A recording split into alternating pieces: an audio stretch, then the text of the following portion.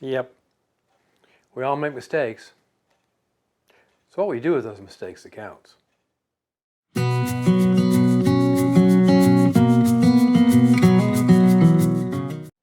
So on making this hidden door for my friend, I made an error. I don't know how this error happened, but this hinge, which is the top of the bookcase itself, for some reason, I haven't figured out yet, got off in this dimension by 1/8 of an inch. In other words, it has to go 1/8 of an inch that way to bring everything flush again. Now, I did this on the CNC machine.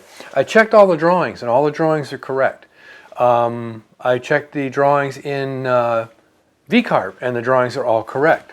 All I can surmise is either I bumped the machine or something, got it out of my 0 point, or I didn't line it up correctly on the spoil board. But that doesn't make a lot of sense because I've got little stop blocks on there so I can line it up correctly. So what I said in the intro is what you do with those mistakes, and we all make them.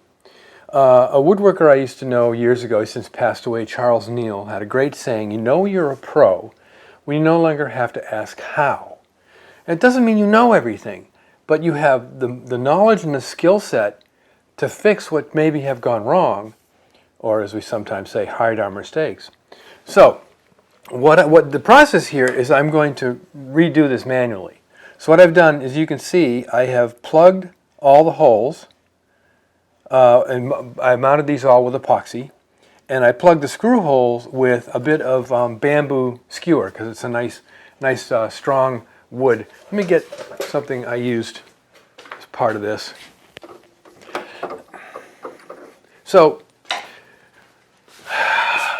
luckily for me, this hole was 3/4 inch, and I have a remnant of my boat building days as a 3/4 inch plug cutter, and what we use this for is cutting bungs to hide fasteners, or to cover fasteners on the hull and the planking of a boat.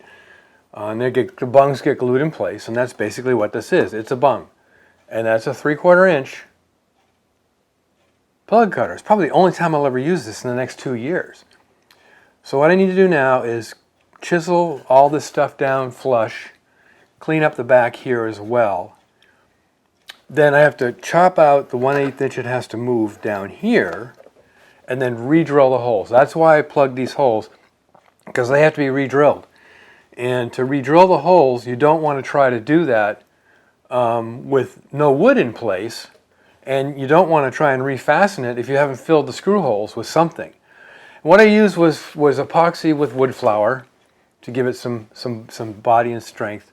And these have all cured now, so now I got to get busy cleaning all this off so I can get ready to reset this hinge point.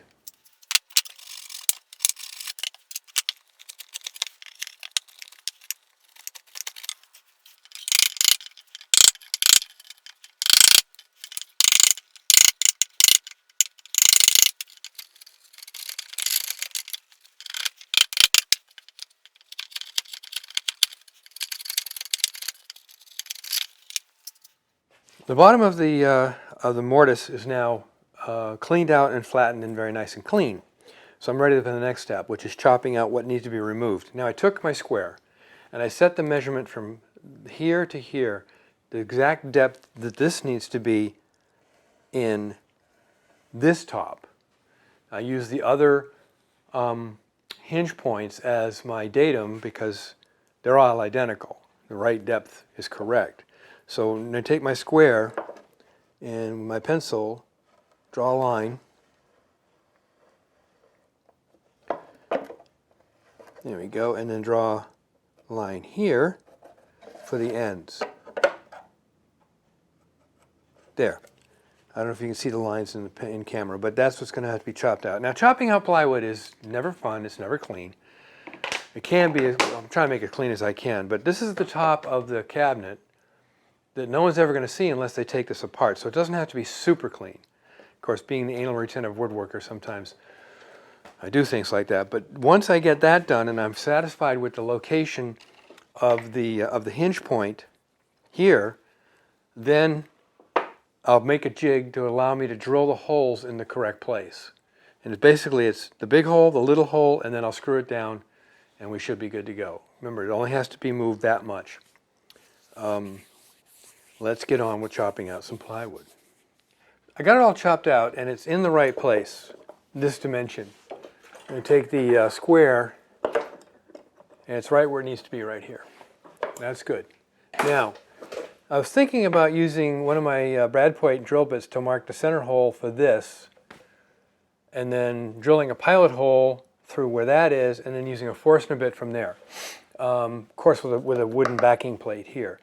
There's a hole that gets drilled through right here, and that's to get a screwdriver up in from the other direction in here and screw the pin down into this receptacle here. Now, this actually goes this way, and this pin gets screwed down into here to lock the door in place, so then you can use it.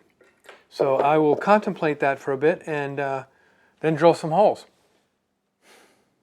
What I've decided to do is use this perpendicular and angular drilling jig I've had for quite a while. In fact, my wife bought this for one of her projects, and I haven't used it yet, so I'm going to try it now. I'm going to use it to drill the pilot hole, which will guide the Forstner bit.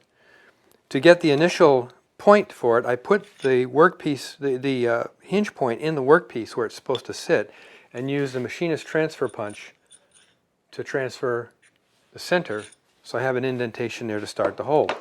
Once the pilot hole is drilled, I'll take the Forstner bit, come back here and score the back here so it doesn't get a lot of chip out, and then come over here, this side, and then drill the hole. Now I've gone up a little bit on the Forstner bit. This is 3/4 inch. I've gone up to I think 13/16 to give a little bit more clearance if I have a little bit of wiggle room. So let me get my drill and we'll get started on this.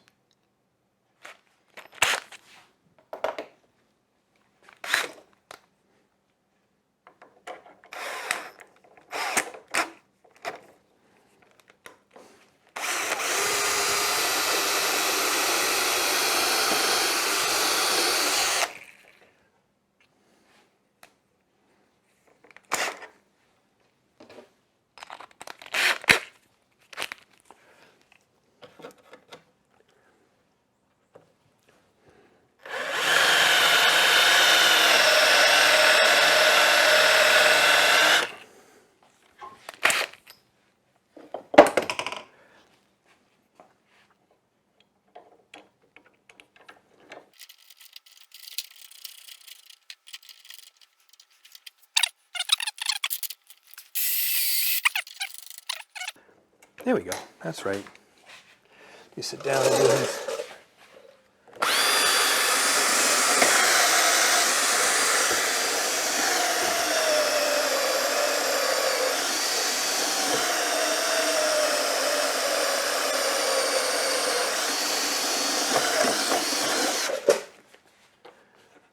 Perfect. Oh, I lost a piece of the wood that was in there, but I can replace that. I can put that back in. So let's see how this all worked out.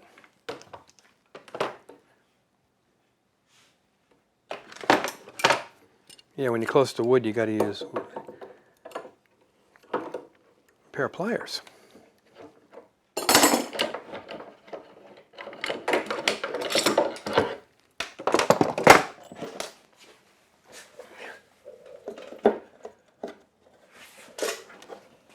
And there we are. It's exactly where it needs to be. All right. Repair complete. A little piece of the bung that I had put in here came out, so I'm guessing it wasn't enough epoxy. I'll glue this in place so that it hides everything, and then yeah, that'll work out just nice. Then use some wood putty to cover it over, make it pretty. Anyway, repair complete. This is now in the right location. So this surface and the surface of the casing will be exactly flush with each other, we hope. So this repair to a workpiece that I'm working on for a friend is essentially a demo of what Charles Neal was talking about. You have the knowledge and the skill set and the tools to solve the problem. Now you notice that I changed my process several times as I was going through the video because I found better tools or a better way or a different way of doing it. And that's the same thing. You don't have to ask how. Now, of course, there are projects where you're going to have to ask how to do something because you've never done it before and it doesn't fit within your skill set or your knowledge or your experience. But simply put, you can look at a problem, you can see a solution, and you can execute that solution. In this case, I saw a problem, I executed the solution, and it's now fixed and ready to continue on with the project. Like the text title I put over a couple of frames earlier in this video, this is a project for a friend. This is an adjunct or side video to that, just demonstrating how to fix something you screwed up. And of course, I just got screwed up. So until next time, make great things out of wood, and if something goes wrong, fix it.